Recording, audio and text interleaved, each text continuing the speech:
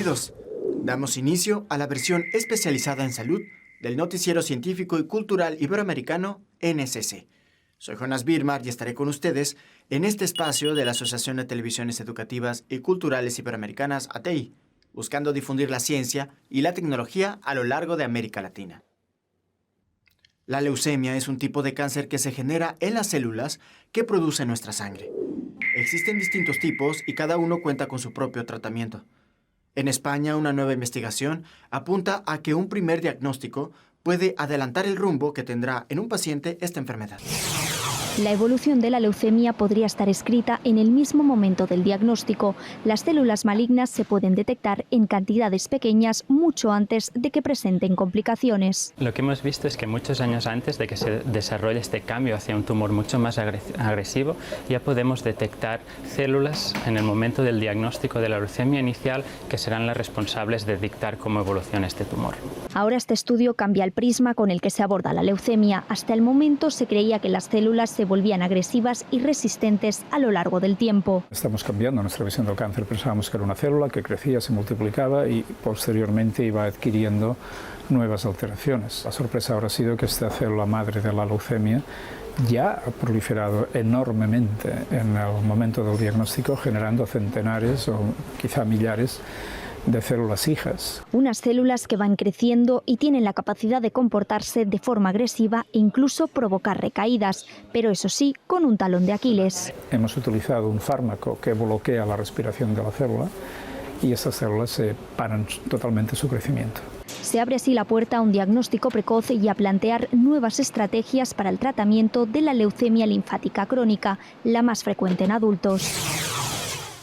En México, la donación de órganos registra tasas muy bajas en comparación con otros países con el mismo nivel socioeconómico. Por esta razón es importante fortalecer campañas de donación en busca de salvar el mayor número de vidas posible. A continuación, la segunda parte del reportaje especial sobre lo importante que es una cultura de donación de órganos.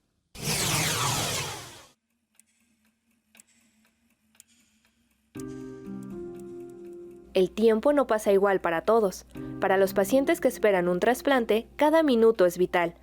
Para las sociedades y en particular para la ciencia médica, los trasplantes de órganos y tejidos han representado un reto tecnológico, económico e incluso filosófico.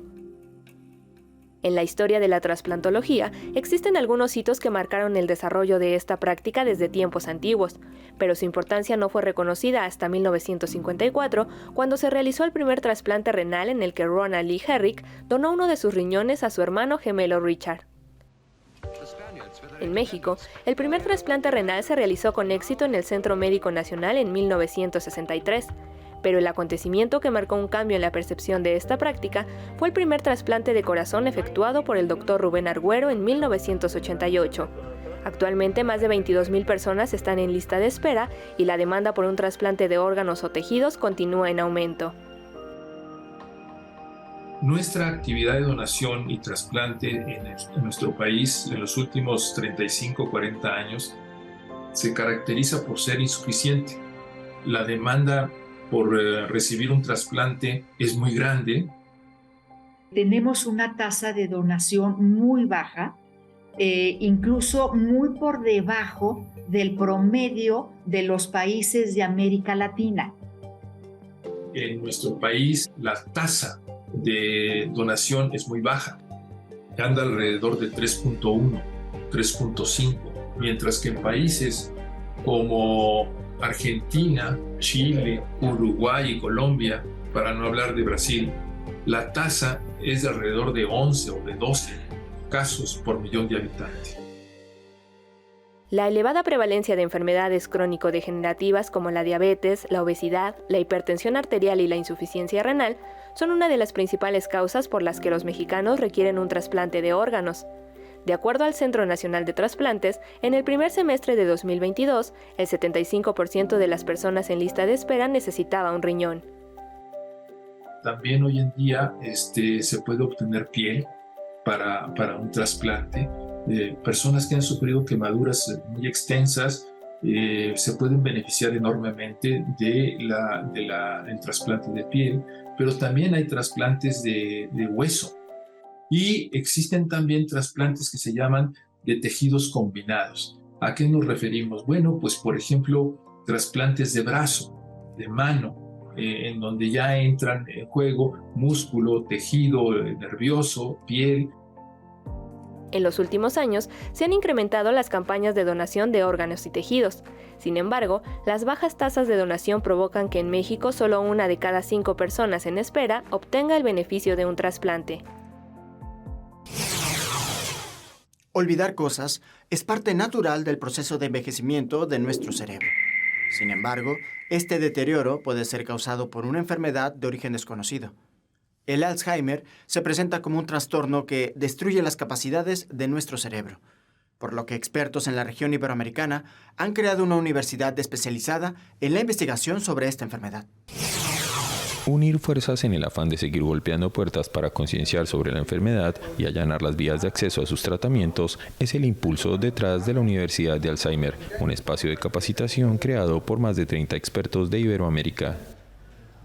A lo que un estudio publicado en enero por el Instituto de la Métrica y Evaluación de la Salud de la Universidad de Washington prevé que el total de 57 millones de personas viviendo con demencia en 2019 se triplicará para el año 2050. En Iberoamérica, las alarmas ya están encendidas. Habla la presidenta del Comité Científico de la Federación Alzheimer Iberoamérica, Ninoska Ocampo Barba. Alzheimer Iberoamérica tiene una trayectoria de 16 años y las asociaciones más antiguas, entre ellas, por ejemplo, AUDAS de Uruguay, tiene una historia de 30. Eso quiere decir que no venimos hablando de esto hace 5 años o desde la pandemia, ¿no?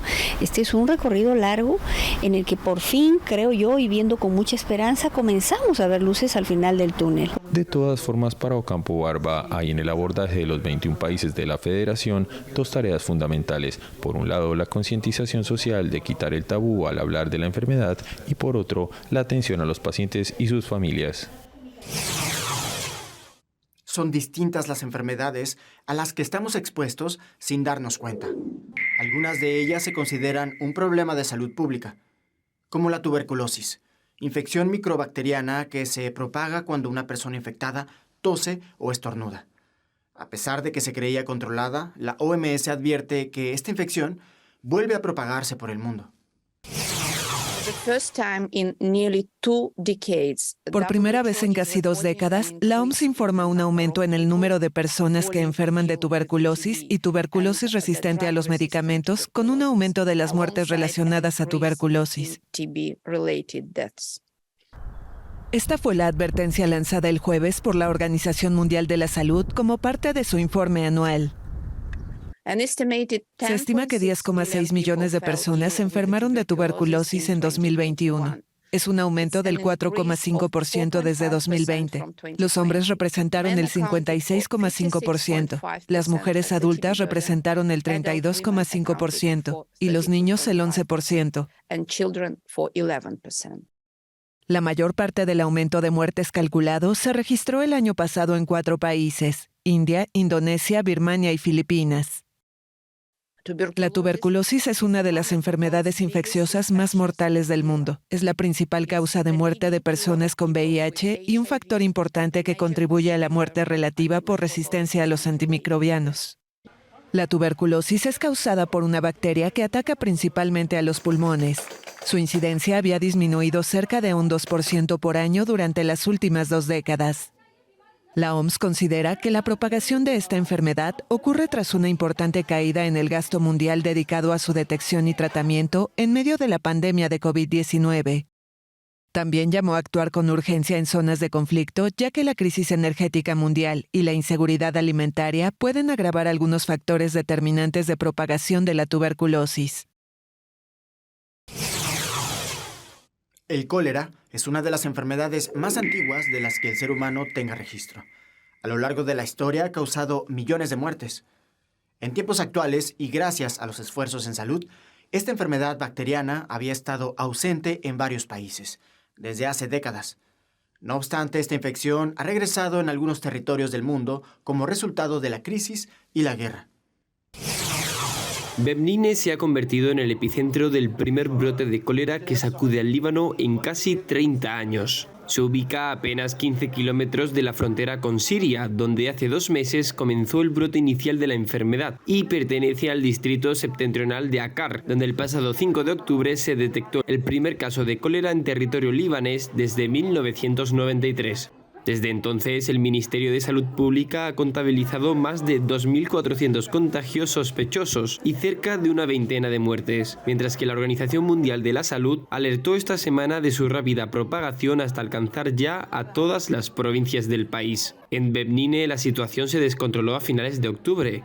Las fuertes precipitaciones caídas una noche y el consecuente desbordamiento del alcantarillado sirvieron de detonante para la catástrofe en este pueblo con población mixta libanesa y siria. Al neumólogo Khalil Husseibani, contratado como refuerzo durante la emergencia en Bebnine, le preocupa el tratamiento de las fuentes de agua más que el resto de las medidas, pues afirma que la mayoría de los pacientes solo requieren tomar soluciones de rehidratación oral. El cólera, a menudo vinculado a ambientes de pobreza y guerra, llega al Líbano en medio de una de las peores crisis económicas de su historia, en cuyo marco escasean los medicamentos y buena parte de la comunidad médica ha emigrado en busca de oportunidades laborales. Los invito a ser parte de nuestros canales de WhatsApp y Telegram. En un momento, regresamos con más información.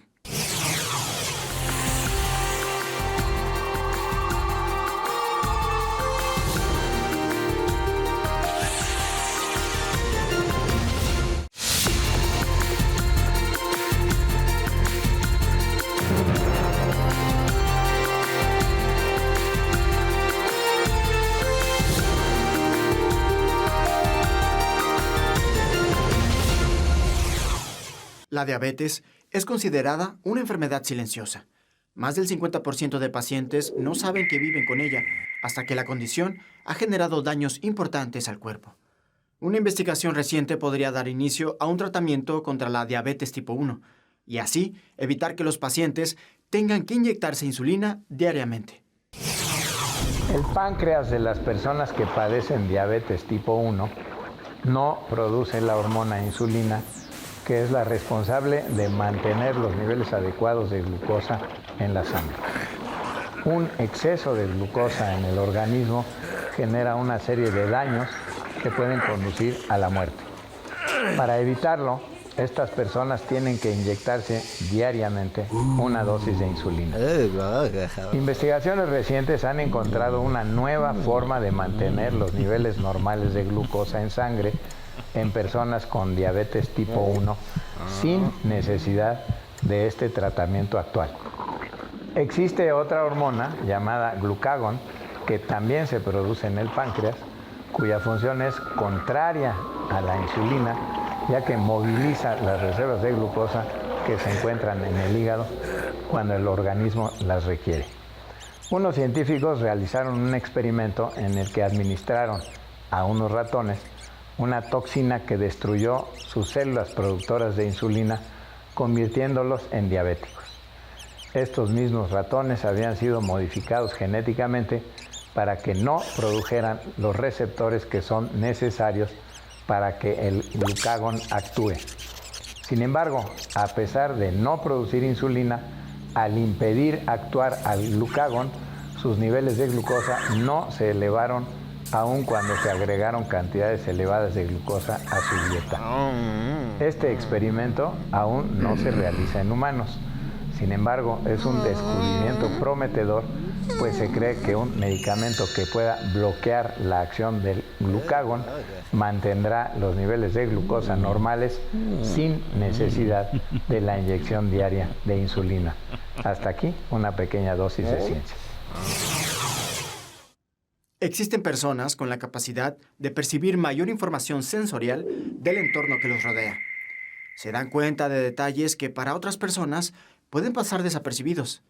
Tienen habilidades para realizar tareas relacionadas con el arte y la creatividad, además de ser naturalmente muy empáticos. Se trata de un rasgo de la personalidad presente en algunas personas y que en las últimas décadas ha dado pie a numerosas investigaciones. Vivir con alta sensibilidad es vivir muy intensamente. Los sonidos, las luces, las personas, los olores y también tu propio interior, tus emociones. Mariluz es una persona altamente sensible. PAS, su sistema nervioso es más delicado y procesa toda la información con mucha más profundidad que la media. El vivir o sentir, pensar tan profundamente, pues sí que me produce fatiga física o fatiga mental. No es un trastorno, es un rasgo de la personalidad.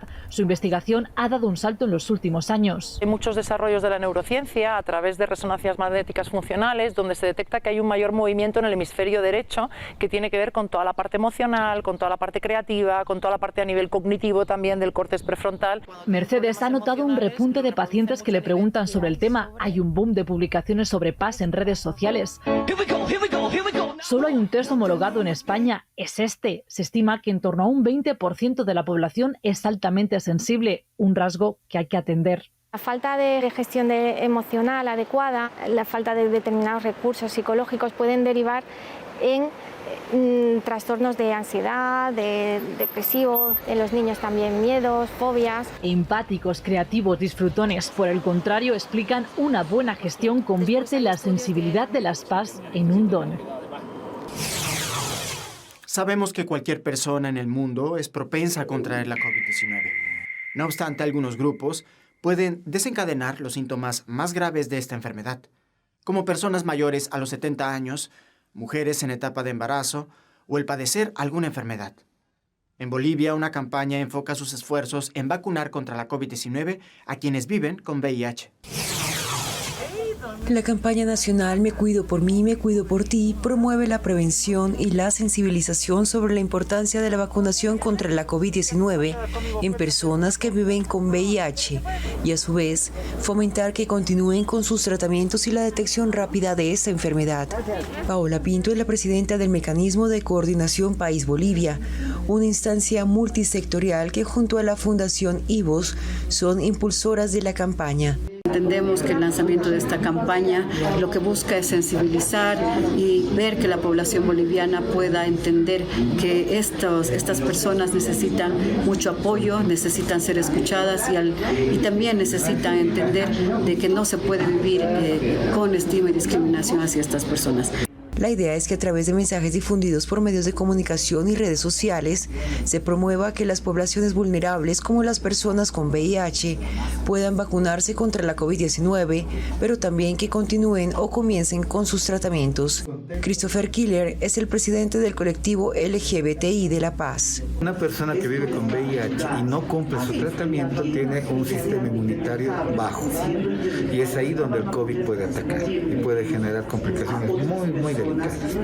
Es por eso que nosotros decimos e incentivamos que no, si tiene VIH, que no deje su tratamiento, que continúe el tratamiento. Y si no tiene VIH, que se haga la prueba para que si lo tiene, pueda iniciar el tratamiento. Se estima que en el país alrededor de 14.000 personas con VIH cumplen con su tratamiento, pero no se conoce cuántos han accedido a la vacunación contra la COVID-19. Disponer de agua potable es una de las características más importantes para la salud de una región. Tener acceso al agua es un derecho humano. Una mejora en el abastecimiento y tratamiento del agua para el consumo impulsa el crecimiento económico de un país, además de, por supuesto, ayudar a prevenir enfermedades.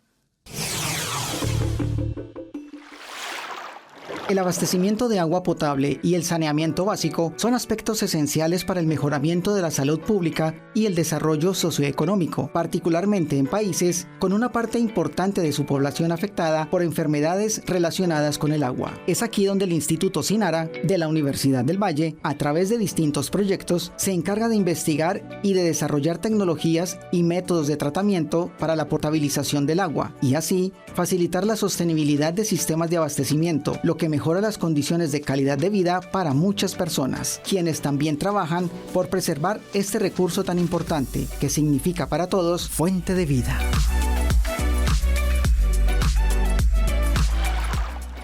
En la ciudad de Cali, en el Valle del Cauca, en Colombia, tenemos diferentes tipos de proyectos de aprendizaje en equipo. Vamos a visitar algunos de ellos, como el sistema de abastecimiento de agua en la vereda de La Vorágine, corregimiento de Pance, en el municipio o distrito de Santiago de Cali. Allí, una tecnología basada en la naturaleza es la solución para el mejoramiento de la calidad de agua de esta comunidad.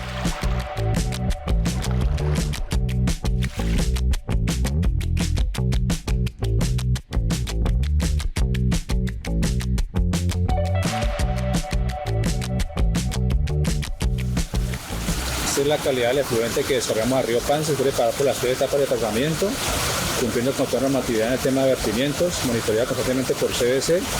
Hasta el momento, en los 24 años de operación, no hemos tenido ninguna queja de algún impacto que pasemos al agua del río Pance. Las muestras se toman el antes de la llegada, el después de la descarga, el antes en el río y el después en el río para poder evidenciar que cumplimos con toda la normatividad de ley.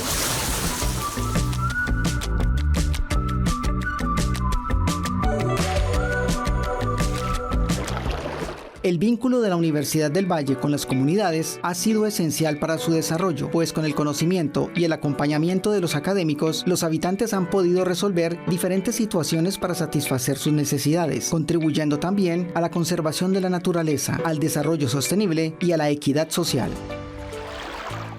Estamos entregando conocimiento e innovación a través de eventos de carácter nacional e internacional, eventos presenciales, ahora eventos virtuales, pero también tenemos todo este tipo de proyectos que construimos con las instituciones, cada uno respetando sus asuntos misionales.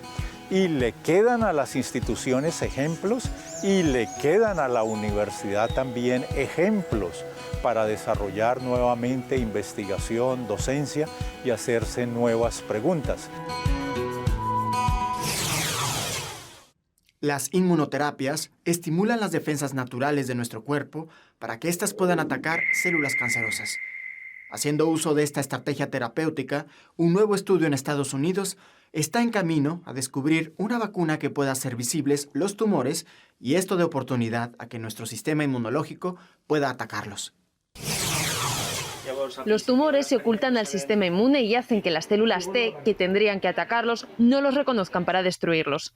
Pero el estudio del Instituto Dana-Farber de Cáncer en Boston ha descubierto la forma de quitar esa invisibilidad a los tumores. Lo que se hace es inmunizar frente a proteínas implicadas en el escape del tumor a la respuesta inmunitaria y a la inmunoterapia. Es decir, la vacuna no se centra en las mutaciones específicas en el cáncer de cada paciente, sino en una proteína más genérica. Es menos personalizada, de pronto un poco más generalizable a grupos grandes de pacientes. Por el momento solo se ha probado en ratones y macacos. Es precisamente poner de manifiesto que el mecanismo se puede despertar en sistemas experimentales. Pero no se sabe a ciencia cierta cuándo tendrá resultados en humanos. Con este avance, publicado en la revista Nature, se puede conseguir que la inmunoterapia sea más eficaz para más personas y así beneficiar a los pacientes de una enfermedad que se le diagnostica a más de 18 millones de personas al año. Gracias por acompañarnos. Este fue un viaje informativo del Noticiero Científico y Cultural Iberoamericano NCC, especializado en ciencias médicas y tecnología de la salud.